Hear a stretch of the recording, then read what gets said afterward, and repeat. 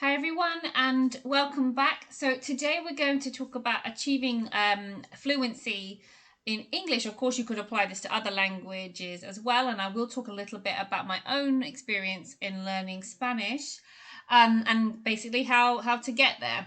But before we get into the topic, if you find this type of content useful, please consider subscribing to this channel. It's completely free and it will mean that you won't miss any of my uploads. So hit the subscribe button. There's also a little bell which you can click, and that also makes sure that you are notified every time I upload a new video.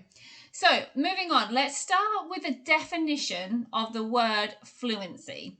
So according to the Cambridge Online Dictionary, I'll put a link below, the definition of fluency is the ability to speak or write a language easily, well, and quickly. Okay, so here we're talking about spoken fluency, but basically it means to be able to speak or write a language easily, well, and quickly. And also on the definition page, it also marks this level as B2. So for those of you that don't know, although I'm sure many of you will, B2 is equivalent to upper intermediate in any language, okay? So speaking from experience, I would definitely agree with that, both in terms of watching many of my students' learning journeys and my own experience of learning Spanish. I remember reaching something of a plateau around the B1, the upper intermediate level. I was so frustrated around that time, or you just feel like you keep talking yourself into a corner, you don't have enough words, you don't have enough constructions to continue the conversation, right? I'm sure we've all been there when you think, oh no, I need a third conditional, or why did I say that? Now I can't express my point the way that I maybe could in my first language, and that can be really hard, especially if you are a very good communicator in your first language. So anyway, that's a little bit of a definition of fluency. So let's move on to how you can actually improve. And let's start with the first point. It may seem really obvious, but it's practice. Okay, that's definitely going to be really important, which means speak as often as you can and as much as you can. So there are many different ways that you can practice speaking English. Of course, obviously, you can go to a class. You can have one-on-one classes with an English tutor. Find a native speaker to have some chats with. Lots of things you can do online now to find somebody who wants to practice. Maybe they want to practice your language and you want to practice English with them. There's different ways to achieve this. Now, if you really find that quite difficult, particularly at the current time with the pandemic and everything, of course, we have the online tools to find somebody who we can talk to virtually. But just practice speaking every day, even if you're talking to your dog or your cat, it doesn't really matter. I remember when I was learning Spanish, I had a baby and I used to speak to her in Spanish. She didn't judge me. It didn't really matter if I said it wrong. I used to read Spanish children's books to her. That's another great way that you can practice, actually, although it's a little bit more structured than real spontaneous conversation. It will still get you practicing forming those sounds that you need to make your speech more fluid. Okay, so anything that you can do. Read aloud, always read aloud, why not? Okay, so and just practice speaking in any way that you can. Talk to yourself, talk to your pets, talk to your kids, it doesn't matter.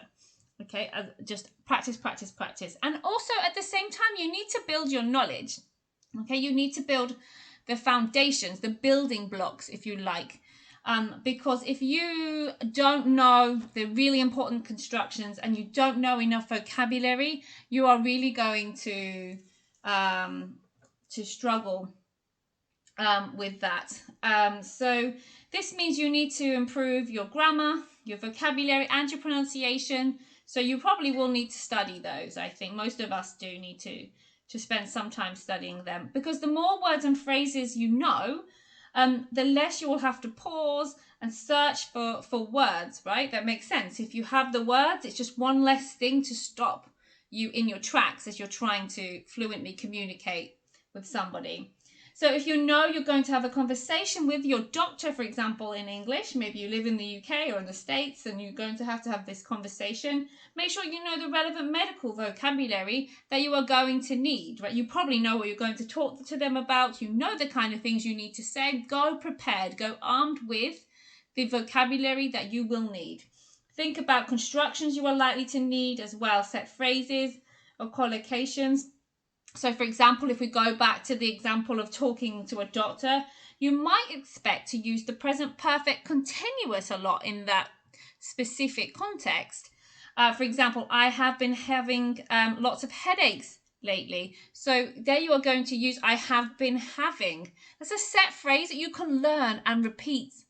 Yeah, I have been having in that particular context. So think about it. Are you going to be talking about what you did? Really make sure you really know your past tenses regularly, especially those irregular verbs. That will help you so much because you won't be searching for that basic vocabulary, okay, that you basic constructions that you need. Okay, and another point, and this will come actually the more you practice and the more you build your knowledge, your confidence. Yeah, work on your confidence. This should improve naturally as you progress with your levels, but accept that some days will be better than others. Okay, and you might even feel like you go backwards sometimes. I remember that. Sometimes you feel like you just can't speak. It's very normal. And although I now have C1 or advanced Spanish, some days I still feel like, oh my gosh, I can't say the words. I can't get the words or the sounds out. This is completely normal.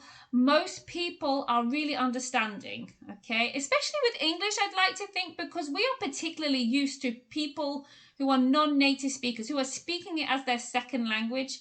We're very used to that. So hopefully most people will be nice to you. You don't need to be afraid. We have all been in that situation. Anybody who has learned a second language has been in that situation where they don't feel like they are as fluent as they would like to be. But if you don't take a chance, if you don't find the confidence to practice more, to go out there and do it, then you are going to continue to feel like your fluency is not improving. So you just accept that those days where you don't have such good days, they are normal.